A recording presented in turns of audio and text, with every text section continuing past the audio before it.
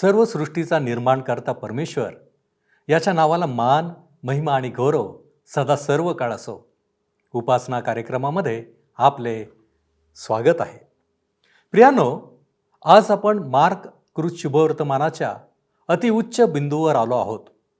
ज्या कारणासाठी येशू या जगात आला त्यावर शिक्कामोर्तब करण्यासाठी अंतिम क्षण आता जवळ आला आहे. आज आपण ख्रिस्ताला वधस्तंभावर खिळले जाते या घटनेकडे पाहणार आहोत. हृदयस्पर्शी अशी ही घटना आहे. तर मग चला प्रियांनो, अतिशय गांभीर्याने आपण आपल्या अध्ययनाची सुरुवात करूया. येशूच्या वधस्तंभावर खिळल्या जाण्याच्या अध्यायात आता आपण येत आहोत. तिमोथेला दुसरे पत्र 3 अध्याय आणि 16 वचन सांगते श्रोत्यानो, प्रत्येक परमेश्वर प्रेरित शास्त्रलेख सद्बोध, दोष दाखविणे, सुधारणूक, नीतिशिक्षण ह्याकरिता उपयोगी आहे. परंतु ह्या भागात जेथे येशूचा मृत्यू व पुनरुत्थान वर्णिलेले आहे त्याचा आज आमच्यासाठी विशेष असा अर्थ आहे. येशू शत्रूंच्या हातात आहे हे आम्ही मागच्या अध्यायात पाहिले होते. त्याचे स्वतःचे लोक पांगल्या गेले होते. एकाने त्याच्याशी विश्वासघात केला तर दुसऱ्याने त्याला नाकारले. दोन प्रकारे ह्या रात्री पाप विषय बनलेला आहे.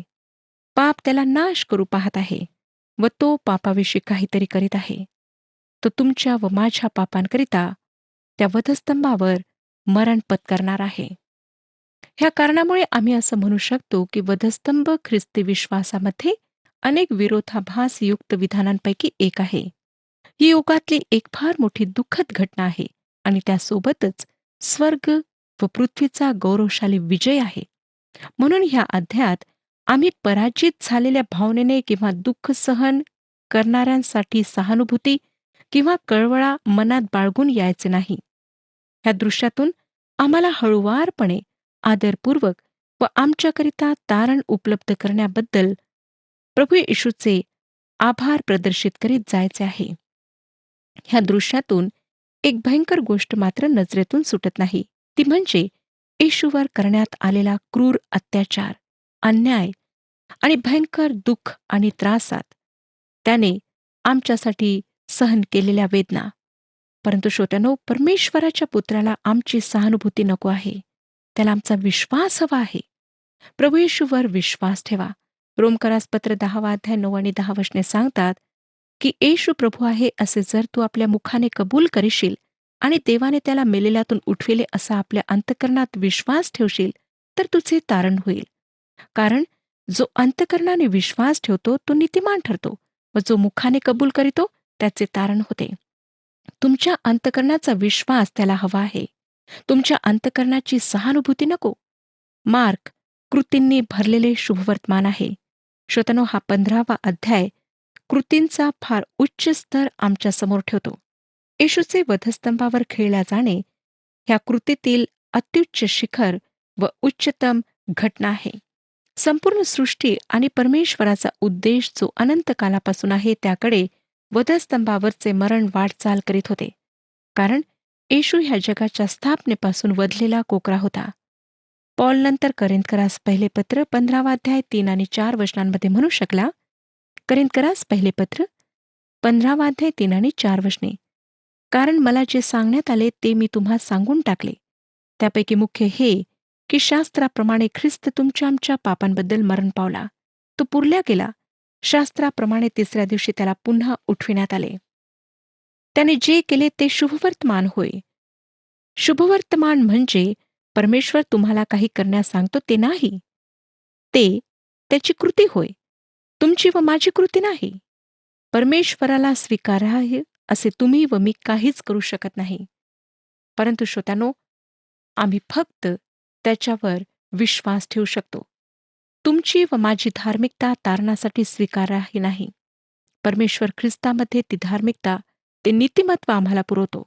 रोमकरासपत्र 4 अध्याय आणि 25 वचन सांगतं. रोमकरासपत्र 4 अध्याय 25 वचन, तो प्रभू येशू तुमच्या आमच्या अपराधांमुळे मरावयास धरून देण्यात आला व आपण नीतिमान ठरावे म्हणून तो उठला आहे. आता मी 15व्या अध्यायाची रूपरेषा आपणापुढे ठेवते. 1 ते 6 वचनांमध्ये येशूला पिलातासमोर आणण्यात येते 7 ते 15 वचनांमध्ये येशूला दोषी ठरविण्यात येते. बरब्बाला सोडण्यात येते. 16 ते 23 वचनांमध्ये येशूला काट्यांचा मुकुट घालण्यात येतो. 24 ते 41 वचनांमध्ये येशूला वधस्तंभावर खिळण्यात येते. 42 ते 47 वचनांमध्ये येशूला योसेफाच्या हाती सोपविण्यात येते. पहिलं वचन मी आपणाकरिता वाचत आहे. 15वा अध्याय, पहिले वचन. मग पहाट होताच वडील व शास्त्री ह्यांच्याबरोबर मुख्य याजक व सबंध न्यायसभा ह्यांनी मसलत करून येशूला बांधून नेऊन पिलाताच्या स्वाधीन केले. असे करण्याचे कारण म्हणजे श्रोत्यानो, न्यायसभा येशूला दोषी ठरवून मारण्याचा ठराव तर करू शकत होती, परंतु त्या ठरावाला अंमलात आणू शकत नव्हती. फक्त रोमीच ते करू शकत होते. म्हणून त्यांना रोमी कोर्टाला ही अपील करावी लागली की ज्याला त्यांनी मरणदंड सुनावला आहे तो त्यांनी अंमलात आणावा. आता जो दोष त्यांनी न्यायसभेत येशूवर लावला होता तो पिलातासमोर चालणार नव्हता. म्हणून दुसऱ्या दिवशी सकाळीच ते एकत्र आलेत व असे दोष शोधू लागलेत जे रोमी कोर्टात चालतील व एक रात्र आधी जे अवैध दोष त्यांनी येशूवर लावले होते ते वैध ठरू शकतील. पिलात रोमी सुभेदार ह्यावेळी यरुशलेममध्ये होता. त्याचे कार्याचे स्थान कैसर येथे होते, जी जागा त्याला आवडत असे, कारण हे स्थान समुद्रकिनारी असून तेथले वातावरण फार चांगले होते. पिलाताला यरुशलेम आवडत नसे. फक्त सणाच्या वेळी दंगे मारामारी होऊ नये म्हणून तो नियंत्रण ठेवण्याकरिता यरुशलेमला येत असे. रोमन सरकार दंगे मोर्चे किंवा कसल्याही प्रकारचा विरोध ह्यांना परवानगी देत नसे. ह्याचमुळे रोमन सरकार 1000 वर्षे जगात सत्ताधारी म्हणून राहिले. पिलात एक राजकारणी पुरुष होता. रोमन न्यायापेक्षा स्वार्थ त्याच्या जीवनाचा उद्देश होता. जेव्हा त्याला आढळले की येशू निर्दोष आहे तेव्हा तो त्याला सोडू इच्छित होता, परंतु त्याच वेळी तो धार्मिक पुढाऱ्यांना खुश सुद्धा करू इच्छित होता. तरी सुद्धा श्रोत्यानो, जर आपण लक्ष द्याल तर आपणाला आढळेल की ज्या प्रकारचे सहकार्य येशूकडून तो मिळू पाहत होता ते त्याला येशूकडून मिळाले नाही. त्याला वाटले की जर येशू सहकार्य देईल तर तो धार्मिक पुढाऱ्यांना पण खुश करू शकेल. पिलात अगदी हलक्या दर्जाच्या राजकारणी पुरुषाचे उदाहरण आहे, जो प्रामाणिकपणा सत्यनिष्ठतेला सोडून समझोता करून तडजोड करून दोन्ही पक्षाला साथ देतो. दोहोंनाही खुश करण्याचा प्रयत्न करतो. जेव्हा आपण अशा प्रकारे करण्याचा प्रयत्न करता तेव्हा आपण कोणालाच खुश करू शकत नाही, हे लक्षात घ्या. 15वा अध्याय आणि 2रं वचन. तेव्हा पिलाताने त्याला विचारले, तू यहूद्यांचा राजा आहेस काय? त्याने त्याला उत्तर दिले, आपण म्हणता तसेच. पिलाताला आश्चर्याचा धक्का बसला की एक कैदी त्याच्यासमोर उभा आहे, पण स्वतःचा बचाव करण्याचा, स्वतःचा पक्ष मांडण्याचा काहीच प्रयत्न करीत नाही. दुसरे कैदी तर सर्वतोपरी प्रयत्न करीत असत, परंतु हा एकदमच वेगळा होता. त्याने स्वतःला वाचविण्याचा प्रयत्न केला नाही. पिलात ह्याचे कारण जाणण्याकरिता इच्छुक होता. 3 ते 6 वचने. मुख्य याजक त्याच्यावर पुष्कळ आरोप ठेवित होते.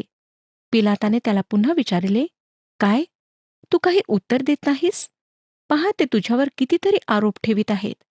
तरी येशूने आणखी काही उत्तर दिले नाही. ह्यावरून पिलाताला आश्चर्य वाटले. सणाच्या दिवसात लोक ज्या एखाद्या कैद्याची त्याच्याकडे मागणी करीत त्याला तो त्यांच्याकरिता सोडून देत असे. आता श्रोत्यानो, जेव्हा आम्ही योहानकृत शुभवर्तमानाशी ह्या गोष्टीची तुलना करतो तेव्हा आम्हाला आढळते की पिलात आणि धार्मिक पुढारी ह्यांच्यामध्ये येशूला सोडण्यात यावे याविषयी ओढाताण होत आहे. तो त्याला बोलणी करण्यास आत घेऊन जातो, नंतर तो बाहेर येतो आणि पुन्हा त्याला आत घेऊन जातो.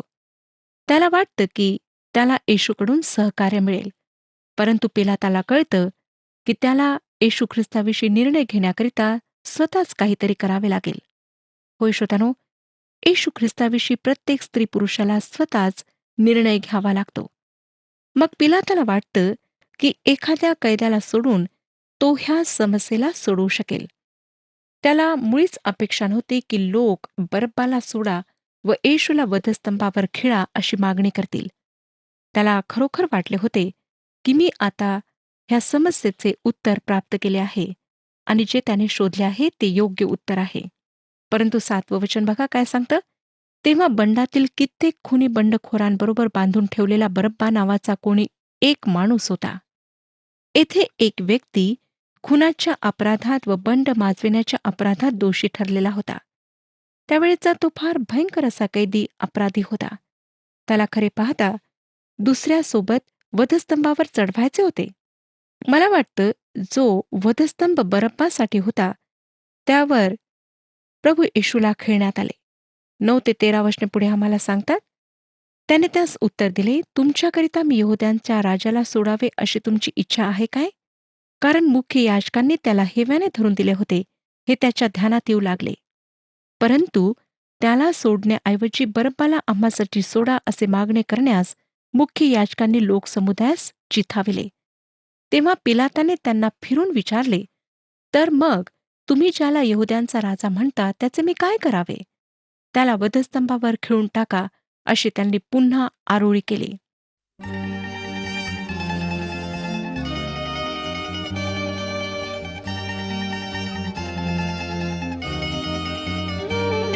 येशूच्या रक्तभरले धुण्याचे वृंद जा, जे पापी त्यात घातले, ते होती शुद्धता.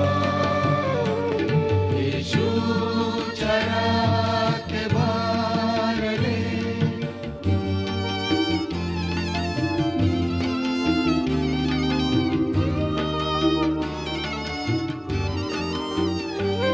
कोथांबी मरणारा चोर, त्यामुळे हर्षला तेनेची माझा दोष घोर पुसेल सगळा.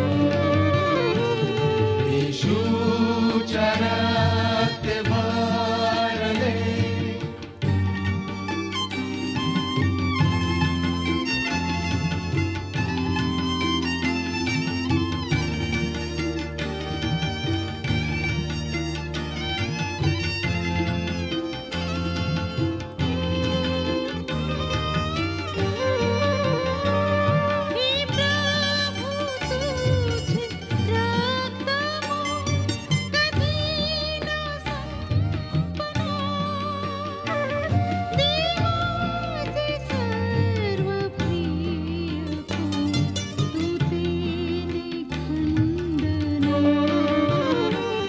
येशूच्या रक्तभरले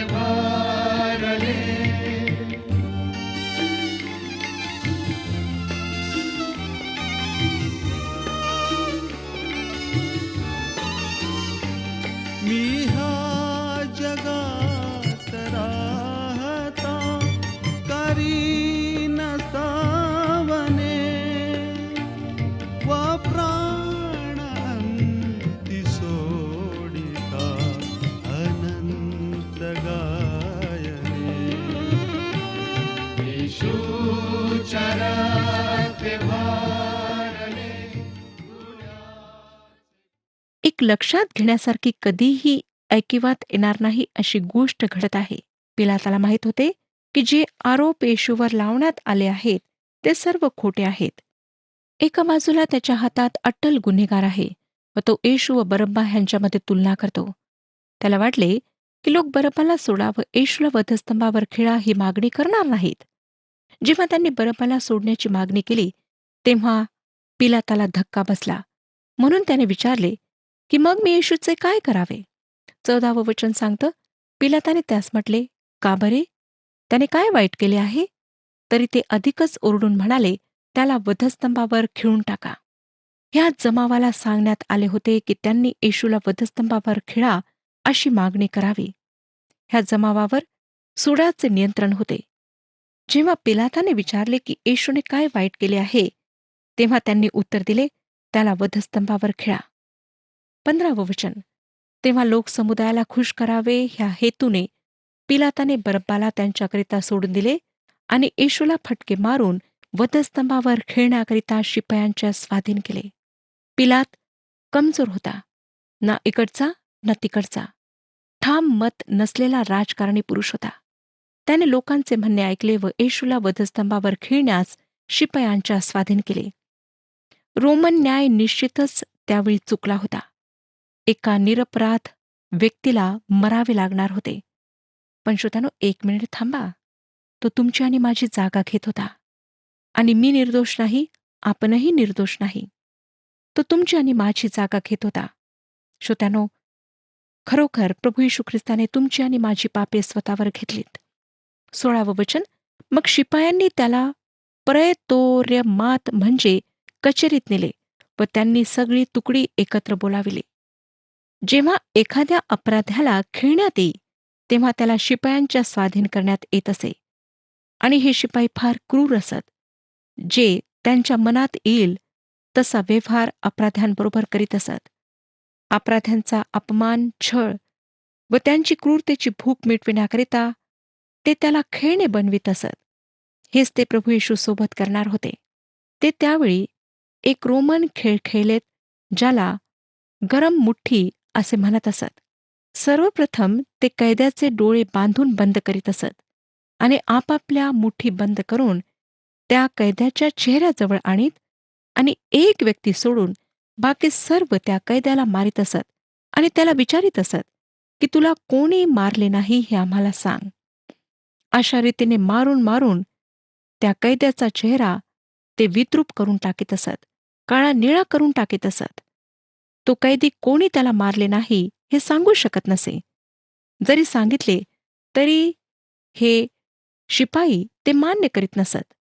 पुन्हा आणि पुन्हा हा खेळ ते खेळीत. फार भयंकर प्रकारे मारण्याचा हा प्रकार होता. बहुतेक हेच कारण होते श्रोत्यानो, की त्यांना शिमोन कुरेनीला वधस्तंभ उचलण्यासाठी घ्यावे लागले. आमचा प्रभू त्यावेळी 33 वर्षांचा होता. त्याच्यात एका तरुणाची ताकद होती. तो नक्कीच धष्टपुष्ट होता. सर्व देशभर तो पायी फिरला होता. तो एक सुतार होता. त्याने पैशाची लेनदेन करणाऱ्यांना मंदिरातून बाहेर काढले होते. परंतु त्यांनी कुठलीही दयामाया न दाखविता त्याला भयंकर मार दिला होता. 17 आणि 18 वचने बघा. नंतर त्यांनी त्याच्या अंगावर जांभळे वस्त्र चढविले आणि काट्यांचा मुकुट गुंफून त्याला घातला आणि ते मुजरा करून त्याला म्हणू लागले, हे यहुद्यांच्या राजा, तुझा जय जयकार असो. त्यांनी त्याच्या मस्तकावर वेताने मारिले. ते त्याच्यावर थुंकले आणि गुडघे टेकून त्यांनी त्याला नमन केले. हे सर्व काही श्रोत्यांनो त्यांनी दुष्ट हेतूने केलेले होते आणि हे मानवी तिरस्कारापेक्षा अधिक काही होते. भयंकर क्रूर व दुष्ट असे कृत्य होते. यावरून मानवी अंतकरणाची निष्ठा आम्हाला दिसून येते. जेव्हा श्रोत्यांनो त्याने तुमची आणि माझी जागा घेतली, तेव्हा त्याने काय सहन केले ह्याची आपणाला कल्पना आली काय? वधस्तंभ अद्यापही त्याच्या समोर होता. 20 आणि 21 वचने बघा. अशी त्याची थट्टा केल्यावर त्यांनी त्याच्या अंगावरून जांभळे वस्त्र काढून त्याचे स्वतःचे कपडे त्याला पुन्हा घातले आणि वधस्तंभावर खेळण्याकरिता ते त्याला बाहेर घेऊन गेले. तेव्हा शिमोन नावाचा कोणी एक कुरणेकर म्हणजे अलेक्झांद्र व रूफ ह्यांचा बाप हा रानातून येऊन जवळून जात असता त्याला त्यांनी त्याचा वधस्तंभ वाहण्याकरिता वेठीस धरिले. अशा प्रकारे त्याची थट्टा करून त्याचा छळ करून ते त्याला वधस्तंभावर खेळण्यास घेऊन गेले. शिमोन हा उत्तर आफ्रिकेतला कुरेनी ह्या ठिकाणी राहणारा होता. बहुधा तो येरुशलेममध्ये वल्हांडणाकरिता आला होता. असं वाटतं की त्याला गर्दीतून अचानक वधस्तंभ उचलून नेण्याकरिता खेचण्यात आले. असा विश्वास आहे की येशूने शहराच्या फाटकापर्यंत वधस्तंभ उचलून नेला. 22 वचन. मग त्यांनी त्याला गुलगुथा म्हणजे कवटीची जागा येथे आणले. गुलगुथा म्हणजे कवटीची जागा आमचा शब्द आहे कल्वरी. 23 वचन. आणि त्याला बोळ मिसळलेला द्राक्षरस प्यावयास दिला, परंतु त्याने तो घेतला नाही. जे मरणार त्यांच्या यातना कमी करण्याकरिता अशा प्रकारचे पेय त्या मरणाऱ्या व्यक्तीला देण्यात येत असे. हे लक्षात घेण्यासारखे आहे की जेव्हा तो जन्मला तेव्हा ज्ञानी मागील लोक त्याला अर्पण्याकरिता बोळ घेऊन आले होते. जेव्हा तो मेला तेव्हा त्याला बोळ देण्यात आले. बोळ त्याच्या मृत्यूला दर्शविते. 24 वचन. तेव्हा त्यांनी त्याला वधस्तंभावर खिळले आणि त्याच्या कपड्यांपैकी कोणता कपडा कोणी घ्यावा ह्यासाठी त्यावर चिठ्ठ्या टाकून ते वाटून घेतले. ह्या ठिकाणी श्रोत्यांनो योग्य भाषांतर म्हणजे त्याला वधस्तंभावर खिळल्यानंतर. कुठलाही लेखक वधस्तंभावर खिळल्या जाण्याचे सविस्तर वर्णन लिहित नाही. फक्त त्या ठिकाणी अवतीभोवती काय घडले ह्याचा हवाला ते देतात. देवाच्या आत्म्याने जणू त्यावर पडदा टाकला होता, जो असे म्हणत होता की दुष्ट बकबकीला संतुष्ट करण्यासारखे येथे काहीच घडलेले नाही.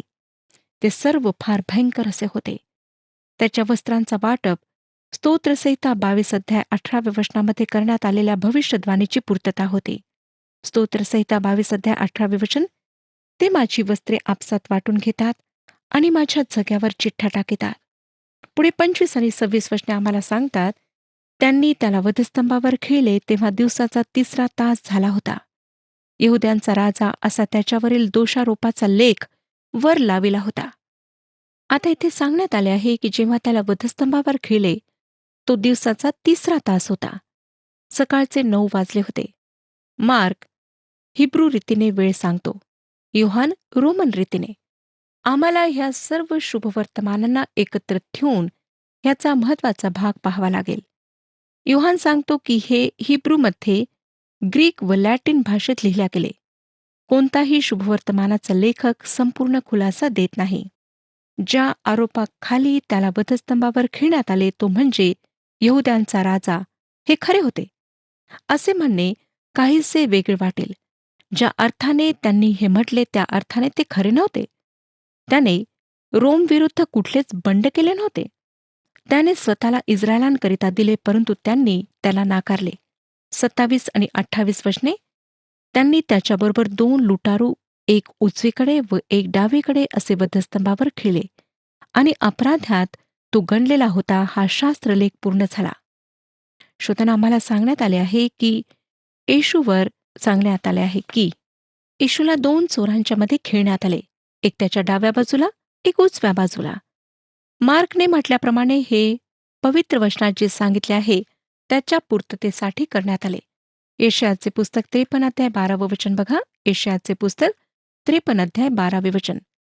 ह्यामुळे मी त्याला थोरांबरोबर विभाग देईन, तो बलवानांबरोबर लूट वाटून घेईल, कारण आपला प्राण वाहू देऊन तो मृत्यू पावला. त्याने आपणास अपराध्यात गणू दिले. त्याने बहुतांचे पाप आपल्यावर घेतले व अपराध्यांसाठी मध्यस्थी केली.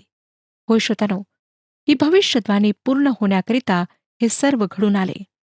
नंतर 29 ते 32 वचने बघा. मग जळून जाणाऱ्या येणाऱ्यांनी डोके डोलवीत त्याची अशी निंदा केली की, अरे, मंदिर मोडून 3 दिवसात बांधणाऱ्या, आपला बचाव कर, वधस्तंभावरून खाली ये.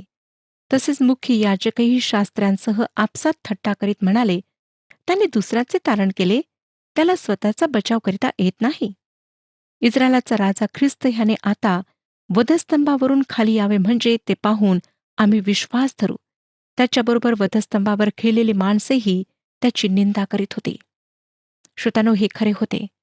तो दुसऱ्यांना वाचवू शकला नाही, त्याचबरोबर स्वतःलाही नाही. त्याने स्वतःला दुसऱ्यांकरिता देऊन दिले. हे सुटकेचे एक महान तत्व आहे. 33 आणि 34 वचने पुढे आम्हाला सांगतात, 6व्या तासापासून 9व्या तासापर्यंत देशभर अंधार पडला. 9व्या तासाला येशू मोठ्याने आरोळी मारून बोलला, एलोई एलोई लमा सबखतनी, म्हणजे माझ्या देवा तू माझा त्याग का केला. मार्क वधस्तंभावर खिळल्या जाणे घड्याळाच्या वेळेप्रमाणे मांडत आहे, हे आपण लक्षात घ्यावे अशी माझी इच्छा आहे. 3ऱ्या तासाला त्याला वधस्तंभावर खिळण्यात आले व 6व्या तासाला दुपारच्या 12 वाजता सर्वत्र अंधकार पसरला. दुपारचा प्रखर सूर्य आच्छादला गेला व वधस्तंभावर अंधकार पसरला. 6व्या तासापासून ते 9व्या तासापर्यंत, अर्थात दुपारच्या 3 वाजेपर्यंत सर्वत्र अंधार होता. आता लक्षात घ्या श्रोत्यांनो, की पहिले 3 तास अर्थात 9 ते 12 वाजेपर्यंतचे दुपारचे दुसरे 3 तास 12 ते 3 वाजेपर्यंत येशू 6 तास वधस्तंभावर होता. पहिल्या 3 तासात तेथे भौतिक प्रकाश होता, नंतरच्या 3 तासात भौतिक अंधकार होता. परंतु पहिल्या 3 तासात आत्मिक अंधकार होता, दुसऱ्या 3 तासात तेथे आत्मिक प्रकाश होता. का? कारण त्या पहिल्या 3 तासात मानवाने जे काही नीच कृत्य करायचे होते ते केले. त्यांनी त्याला वधस्तंभावर खिळले, त्याची निंदा केली. सर्वप्रथम दोन्ही चोरांनी त्याची निंदा केली. नंतर वधस्तंभाच्या पायथ्याची जे शत्रू उभे होते ते त्याची थट्टा मस्करी करीत होते. पहिल्या 3 तासात मानव कार्य करीत होता. जितके नीच त्याचे काम करता येईल तितके तो करीत होता. नंतरच्या 3 तासात परमेश्वर कार्य करीत होता. पहिल्या 3 तासात तो मानवाच्या हातात छळ सहन करीत होता व शेवटल्या 3 तासात तो मानवासाठी छळ सहन करीत होता. पहिल्या 3 तासात तो पापामुळे मृत्यू सहन करीत होता. दुसऱ्या 3 तासात तो संपूर्ण जगाच्या पापांसाठी मरत होता. म्हणून श्रोत्यानो, त्या भौतिक अंधारात खरे पाहता आत्मिक प्रकाश होता व परमेश्वर कार्य करीत होता. पहिल्या 3 तासात त्याला नाश करण्यास जे काही करता येईल ते सर्व पाप करीत होते. दुसऱ्या 3 तासात तो स्वतःच्या आत्म्याला पापासाठी अर्पण करीत होता. त्या शेवटल्या 3 तासात तो जगाच्या पापांसाठी खंडणी भरून देत होता. ह्याच वेळेमध्ये त्याला आमच्याकरिता पाप करण्यात आले. तो आमच्याकरिता पाप झाला आणि त्याने आमच्याकरिता त्या वधस्तंभावर स्वतःचे बलिदान केले. श्रोत्यानो, परमेश्वर आपणा सर्वांस आशीर्वाद देव. हा कार्यक्रम आपणास आवडला काय? आता आम्हाला एक मिस कॉल करा आणि आपण पुढील विजेता होऊ शकता.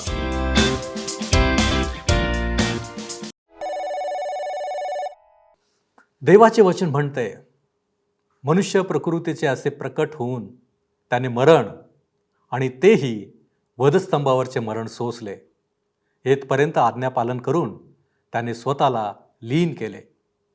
प्रियांनो, प्रत्येक शास्त्रलेख जो येशूविषयी सांगण्यात आला होता त्याची पूर्तता होत आहे असे आपण पाहिले आहे.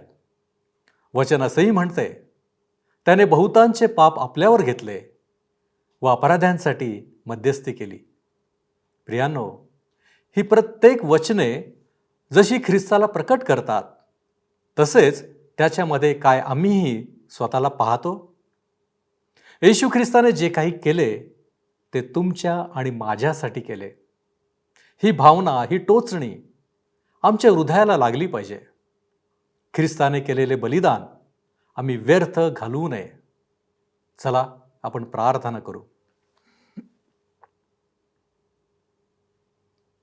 आमच्यावरती प्रीती करणाऱ्या सर्वसमर्थ प्रेमळ परमेश्वर देवबापा, येशू ख्रिस्ताच्या ठाई तू आजही आमच्यावरती प्रीती करीत आहेस, कारण त्याने देखील तुझ्या आज्ञांचं पालन केलं. मानवाच्या कल्याणार्थ जी तारणाची योजना होती ती योजना त्याने परिपूर्ण करण्यासाठी पूर्णपणे तुझ्या आज्ञांचं पालन केलं. आणि म्हणूनच प्रभूजी, आज आम्ही तुझ्यामध्ये आहोत. प्रभूजी, आमच्यामधील प्रत्येक उणपण तू दूर कर. ख्रिस्तानं केलेलं हे बलिदान आमच्याद्वारे व्यर्थ जाऊ नये यासाठी तुझी कृपा आमच्यासाठी विपुल अशी कर. प्रभूजी, आम्ही पाप करू नये, पापापासून दूर राहावं, पापाची जाणीव आम्हाला असावी. आणि प्रभूजी, आम्ही पश्चातापी अंतकरणाने तुझ्या जवळ यावं, तू आम्हाला आशीर्वादित करावं, आमच्या पापांची क्षमा करावी अशी आम्ही तुझ्याकडे विनंती करतो. येशू ख्रिस्त आमचा प्रभू याच्याद्वारे मागतो म्हणून तू ऐक. आमेन. आत्म्याने दीन व्हा आणि स्वर्ग राज्याचे वाटेकरी व्हा. प्रभू आपणास सहाय्य करो.